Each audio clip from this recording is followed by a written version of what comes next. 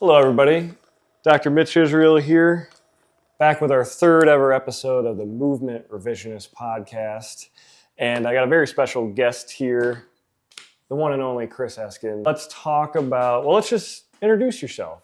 Introduce myself? What do you do? What are you about? What am I about? So I like long walks on the beach. Nice. Sunsets? Sunsets. Okay. A nice glass of vino. I'm just kidding. Oh, obviously. okay. More of a cab guy, so I wasn't with you That's there. impressive. Okay. I like to feel it, you know? Oh, yeah. You like to hit it right here. Yes. No, so my name's Chris. I've been a trainer, strength coach for over a decade. Worked with a lot of different clientele populations, going from like quadriplegic, paraplegic individuals to your professional athlete, and then everything in between. Yep. On top of that, I obviously have my own company right now. And I'm also an adjunct faculty member teaching exercise science classes at a community college. I know you're all over the place, so I knew that was going to be a mouthful. Well, let's talk about your personal or business, because you just started that up, within the past year? Yeah. So Rygate Strength is my kind of little baby right now, which just it kind of fits the need of meeting people where they're at with their fitness goals, especially with a world full of Instagrams and Facebooks that just depict what fitness isn't. Just banded donkey kicks. Basically. That's all you need to know. On a Swiss ball with a barbell on your back. Exactly. Well, that's going to transition perfect into why I brought you on and the topic we're going to discuss.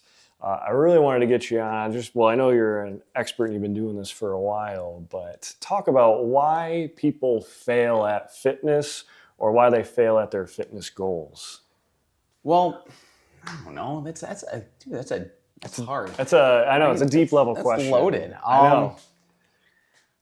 I don't know. I guess there's several reasons, right, why people fail and fall short of their goals. It's never just one thing. No, but I mean, we got time. Let's just talk through a few of them, right? All right, yeah. First one is everything's super unrealistic. And like we base a lot of our goals and how we want to look or feel or be based off of insert Instagram account of shredded man or woman. Yes. Right? Like I want to look like that. Or like the perfect example is every guy's like, I want to look like Brad Pitt in Fight Club. Well, who doesn't? Exactly. But like the reality of that is that's probably not going to happen, because to get there, you have to sacrifice way more than what you even think you need to sacrifice. Yeah. Do you want a life? Yeah. You know, do you enjoy that glass of wine or that beer every couple of days? And do you enjoy that piece of cheesecake? Because like, I know I do. Absolutely. And there's no way around.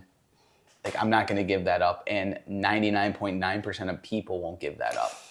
Yeah. Well, and it's usually aesthetics goals, right? It's not like, hey, I only squat, this amount. Within the next few months, I want to be up to this amount. Those usually probably aren't the goals that people are coming in right away. No, because when they come in with goals like that, they understand that process beats the destination. Right, exactly. Right, they understand that you have to go through the alphabet. You can't just go from A to Z. Yeah, well, let me shoot one at you. I would imagine this, besides maybe someone showing you an Instagram account and being like, hey, can we do this? Is the number one thing you hear, I just want to lose weight? 100%. And luckily now, with my current thing, like I deter a lot of that. But in my day job, that's all I hear is like, I want to lose weight. I want to be skinnier. I want to be thinner. I want to be this. Right. Which is a good goal, but there's some stuff that you have to do before that, right? 100%. And unfortunately, like the fitness world kind of gets it wrong, because it always pushes the just lose weight. And that's, you see it in the medical side of things when doctors say, hey, you're overweight, you just need to lose weight. Yeah, back pain, knee pain. Lose weight. Yes. Or just stop doing what you do, like, right? Yes. And like you said, like knowing where you want to go is great. Right? Knowing that you want to end up thinner overall healthier and stronger and faster. Like, perfect. Yes. But where the fitness industry really gets it wrong is the process. Mm-hmm. Because to get anywhere, you got to be consistent. You got to put in the hard work. Absolutely. You have to mess up. Like, you have to make mistakes to understand how to navigate life. Right. You learn from your failure. Well, hopefully you learn from your failures, right? Yeah. I mean, everyone should fail everything at least once. Oh, yeah. Like, if you're just successful and you think, like, I just have to do this, and I lose that, like, it can happen, but that's not your majority, right? Well, and I can kind of relate to that more in the clinical setting. When someone comes to see me, example, low back pain, of course, everybody wants to be pain-free within one visit, but it's not always the realistic expectation. There's a process there. There's stuff you have to do. There's stuff I have to do as the clinician. And we got to find that middle ground where we can start to get that process started. Yeah. And if it starts at, hey, I want to be pain-free, well, let's start about, what's that pain preventing you from doing? Let's make whatever you want to do your primary first goal, and then eventually you're not going to have the pain and you're going to be doing the things that you love, right? Exactly. I would imagine it's a very similar process with what you do with clients and training. Yeah. I definitely want to know where you want to go. I want to know where you've been. But once we talk about that stuff goes onto the shelf. Like, yeah, we'll make sure that every couple of check-ins that you're on target with that. Like, and that goal is still the goal, because goals are always changing, right? We're always shooting at a moving target. Yep. But my check-ins and how I like to go about it with executing on the goal is, your goal was to get in 3 sessions of training this week. Yep. Your goal was to make sure you got enough sleep every day. Let's talk about that. Did you do it? Yes. Because if you're not consistent with that stuff, like, who cares what else? No. Well, nothing else is going to fall in place. Like, if you're not sleeping well, or you're not changing your nutrition properly, you're not training consistently or hard enough, I don't care what your goals are, you're just not going to get there. Oh, absolutely. Well, and that's where you got to meet that person where they're at. I'm sure you have those discussions. Like, if I was a new client coming to you, and obviously I'm like, oh, I pack down some pounds. I want to lose some weight. But I would imagine you're having a deeper conversation of, let's just talk about your health overall, and then let's just find that low-hanging fruit where we can get the foot in the door to allow you to start seeing some results. But also, I know you want to lose weight, but let's put some steps in front of that. What does that process kind of look like from the training side of things? Well, I know it's probably always, it depends, but I mean, that's always the answer. That's the golden answer. But I guess that whole process is like, yeah, let's talk about where they're at. Talk about why they want to be there.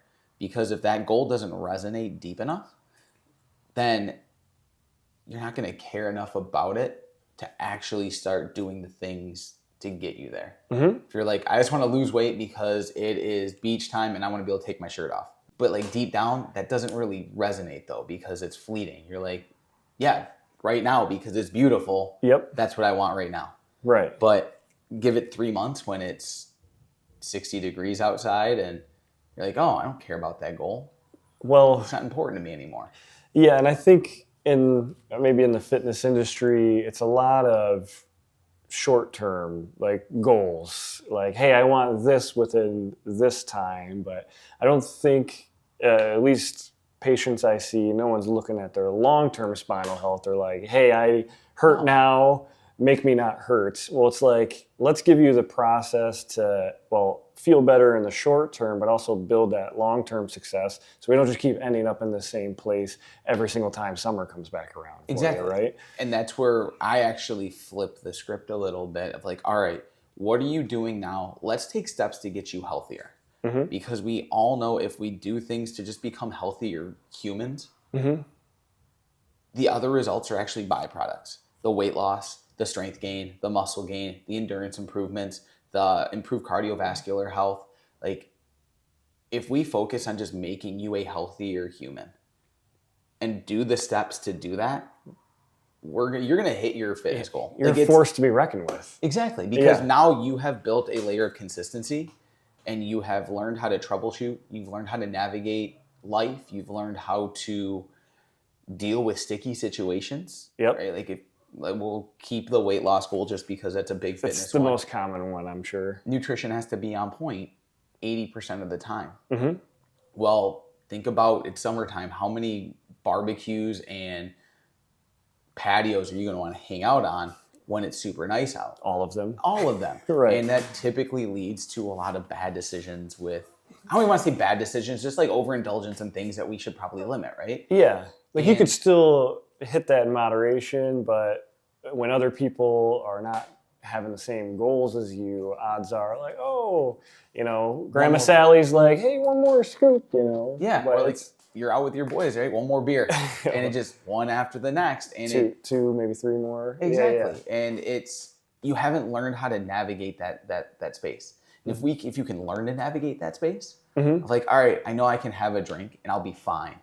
Like I can slow down when I drink it, or maybe I have a glass of water before I order my beer. Or like you learn these little hacks and little tricks. Again, focusing on that goal of being healthier. Yep. And the byproduct is you just consume less calories. You navigated a very rough situation, and you're still on track for that weight loss goal. I like that. As far as healthier, because I think everybody can get on the same page. If you have more weight than you'd like right now, odds are if you lost weight within the healthy means, right, that you're going to be healthier overall. And if you create healthy habits and not, weight loss habits or specific things like that, then you're creating a whole lifestyle change and not just, hey, how do I fit this into my busy schedule and get what I want? It's like, hey, let's start chiseling at this and then reframing how you look at yourself and your body. I'm sure that, am I hitting the nail on the head a little bit? Yeah, and I know earlier I said like the fitness industry gets it wrong. Not everybody gets it wrong. There are a lot of great coaches, a lot of great trainers out there that do just that. They're the ones that keep clients coming back. They keep clients in front of them. They're really good at their job, and it shows. Yeah, absolutely. Well, then I like how this turned into, hey, not fitness goals, but more health goals, because that's really what you should be thinking of. That's why I tell patients, if like nobody wants a hunchback when they're 70, but what are you doing now so that you don't end up like that? Exactly. And the answer is always like, oh, I never thought about that. You got to start looking at those longer term goals. It shouldn't be as simple as, weight loss. How do you want to be in your, 70s, 80s? Do you still want to be golfing, tennis, this, that, or the other thing? And I think trying to spin it into, like you said, more of a lifestyle health change instead of a short-term weight loss change, that could go a long way with someone. Yeah. Well, I heard I think it was on like the Rogan podcast. Oh, cool. Oh yeah. I forget who he was talking with, but someone made this comment of like, when you're feeling sick or hurt or just laid up, what's the one thing that you want? I want to be healthy. Okay, all right. You want to get back to your health. Yeah, absolutely. So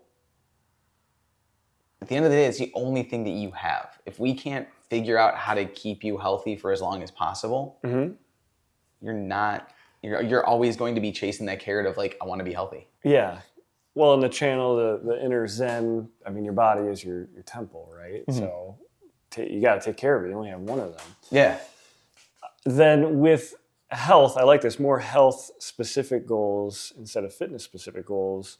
What are some of your pillars of health that, like, if someone's going to come train with you, what are some things you're for sure highlighting? I know there's probably multiple, but what are your like big 3 or 4? So for me, like I'm a movement specialist by trade, and for nutrition stuff, I tend to resource that out just because you might as well get the information from the horse's mouth. Yeah, for sure. Just like I'm not going to try to fix someone's low back pain. Like I have this awesome resource here, right? Right. But what I like to work on is movement, mindset, and regeneration. Movement, we all know what that is. We need to be able to move. We improve movement, we improve function, we improve how your body looks, feels, and acts. Mindset, if we don't have the right mindset, any sort of change we are going to make is not going to happen. Or it's going to be very, very hard, like pushing that boulder uphill. Yep. And then regeneration or recovery is allowing yourself to do just that. Because to be successful, it's not grind all day, I'll sleep when I'm dead. Like, it's work. No pain, no gain, right? Yeah, it's work plus rest equals success. Yes. And finding that balance. And it's quite amazing. I've had a few clients who I work with now who used to train 6 days a week. Very hard 6 days a week. We scaled it back. We reduced their exercise volume, implemented more recovery, and they are making more progress in the past 6 months that I've been working with them than in the past 5 years they've been working out and exercising and trying to chase that carrot, so to speak. And that kind of gets into, there's a lot more, like you got your fitness-based classes where, you have people trying to go 5, 6, even 7 days a week. And if they think, hey, I'm getting my heart rate up consistently, like there's no way this is bad, right? But those are the people that I end up seeing because they don't make that time for recovery and they eventually overload. And then we have to have that conversation. Hey, you're not going to lose all your fitness goals or progress you've made if we scale it back, short term. No, it actually, ironically, you probably make more gains long term when you scale it back in the short term. Oh, I believe it. And you see this a lot. The perfect example is like the running community. Runners are notorious for always wanting to go out and run as hard as they can, as fast as they can, as long as they can. Every single run. Oh, yeah, I see. Those are the ones that are hurt midway through a training block.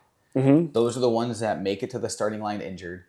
When in actuality, most of your runs as an endurance athlete, it's like 70 to 75% of them are slow, easy paces. Yeah. You're only really working hard 15 to 20% of the time. Well, that's probably hard for a runner to hear, but that's anything though. Like, you can think about it as your weightlifter or your person that's trying to rehab an injury. Like, we don't have to tackle it with 100% ferocity 100% of the time. Oh, absolutely. But that's where I think more of the social norms hopefully they're changing, but no pain, no gain, like I'll sleep when I'm dead. But it's ironic that you bring that up because, like, in the clinical setting, when do I see all my competitors, especially runners, but even strongmen, powerlifters, it's like, hey, my comp is this weekend or within the next 2 weeks. Hey, I got a half this weekend, and then I got my full in 3 weeks from that. It's like, well, you haven't planned recovery in your process yet, and now we're up against it. So, I mean, that's really where I think if the training was better or programmed better, then you're not coming to someone like me, like last second, like, hey, how do we get this? Exactly. We use it as more of check-ins. I think if you're injured previously, go see you in conjunction with your training plan. And you follow the right training plan and focus on the process of getting to that end goal. We get there healthy, we get there safe, we get there ready to rock and roll. Yeah, absolutely.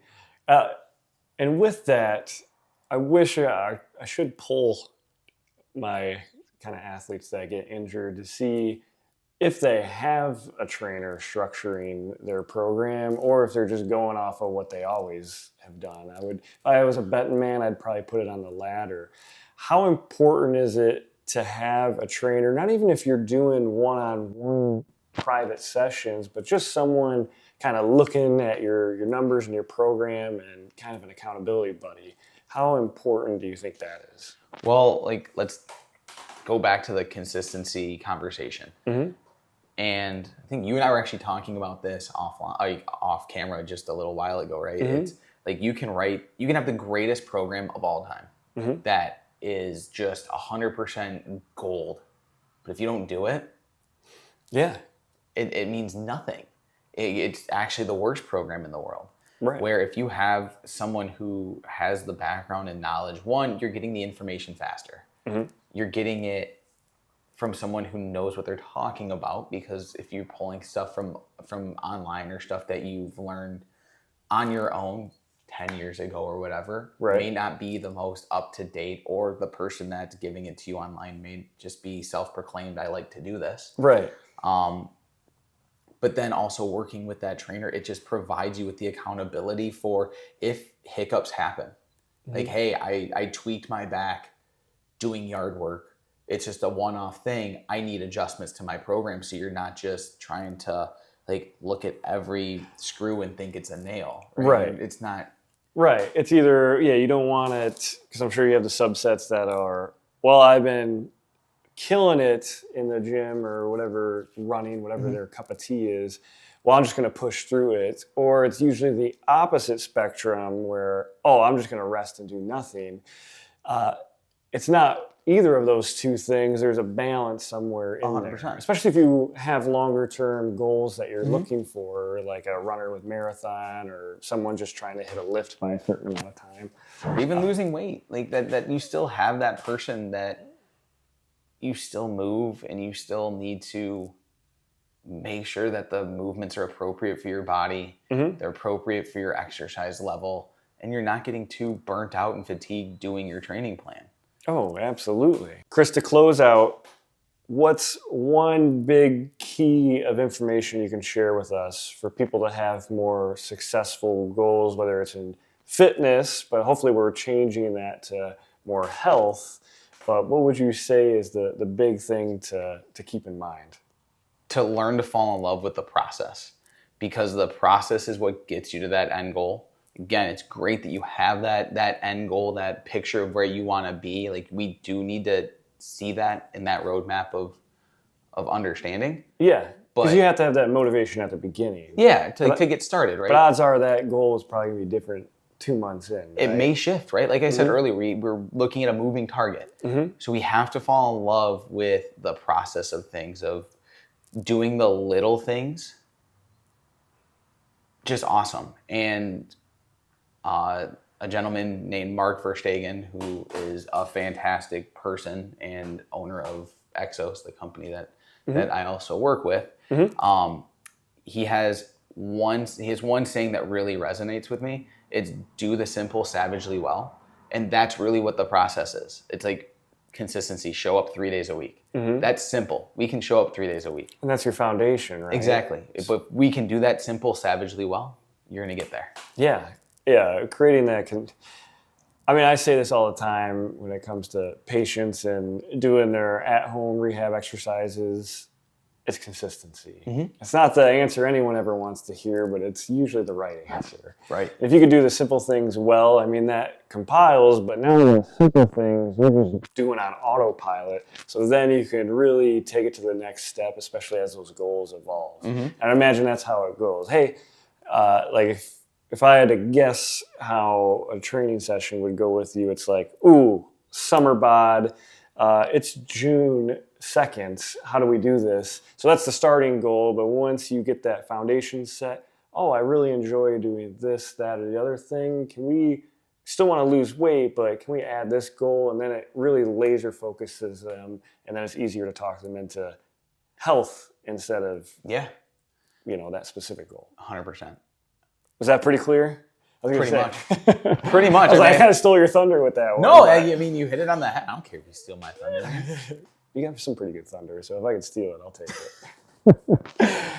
it. Well, I think that was a lot of good points. Chris, I plan on having you back on in the future, but one of the things that I see a lot of my patients do is they fail at their fitness goals. Obviously, the beginning of the year is a big time, but talking about why do you fail? And I think the big takeaways were don't get married to one goal. You have to have that starting motivation, 100%. But really talking to someone who, is in the industry, but they can get you on the right track with not just your fitness goals, but also your overall health goals. Because think about, where are you going to be at in your 60s, 70s, 80s? That process is bubbling up right now. So if you start implementing it now, then you're not going to be, relying on that grocery cart to get around. That is always on my mind whenever a client comes to see me. Like whenever I program, right? Always about the health and well-being goals. Yeah, absolutely. All right. One last time, tell everybody where they can find you, website, social handles, all that good stuff. Yeah, no, so you can find me on Instagram at Chris Eskin, and you can find me at my website at www.rygatestrength.com. Awesome. And then if you loved having Chris on more than I did, comment down below any other specific, topics you'd like him to talk about, especially when it comes to training, fitness. We haven't even dived into unconventional training methods. If you're watching this, we've done mace workouts before, and I'm obsessed with it. Do they even know what a mace is, though? Let's show them. Let's show them real quick. All the cool unconventional stuff? Yeah. This is bad podcasting if you're not watching. Oh, there's that. You got the other fun, like at the Indian clubs. Like, there's a lot of stuff we can play with here. Oh, yeah, absolutely. It's fun stuff. All right. I don't have an outro yet. So we're learning.